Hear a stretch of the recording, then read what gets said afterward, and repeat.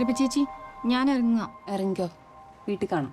സിസ്റ്ററിന്റെ റൂംമേറ്റിനെ ഈടായിട്ട് എന്തൊക്കെയോ ഒരു മാറ്റം ഉണ്ടല്ലോ, ശ്രദ്ധിച്ചാലും അവളൊരു പയ്യനുമായിട്ട് ഇഷ്ടത്തില്ല.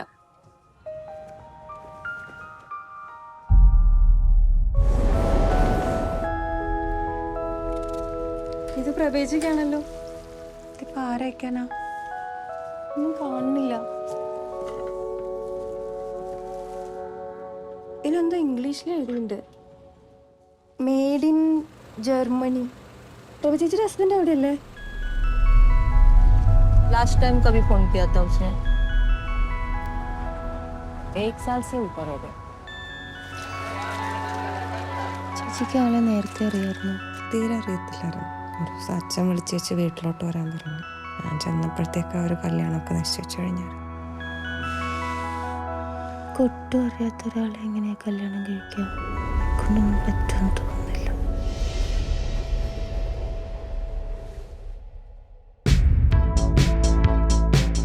അതിനെൻ്റെ മോനെ രാത്രി വരെ കാത്തിരിക്കേണ്ടി വരും. പക്ഷേ തൽക്കാലത്തേക്ക് ഞാൻ ഈ മേഘത്തിൻ്റെ കയ്യിൽ കുറച്ച് ഉമ്മ കൊടുത്തു വിട്ടാലോ?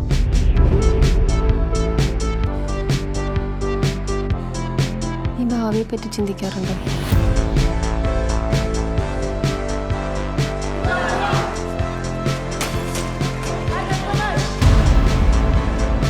ആൾക്കാരെ നമുക്കറിയാം തോന്നുന്നു, പക്ഷെ നല്ലതാവാൻ വലിയ സമയമൊന്നും വേണം.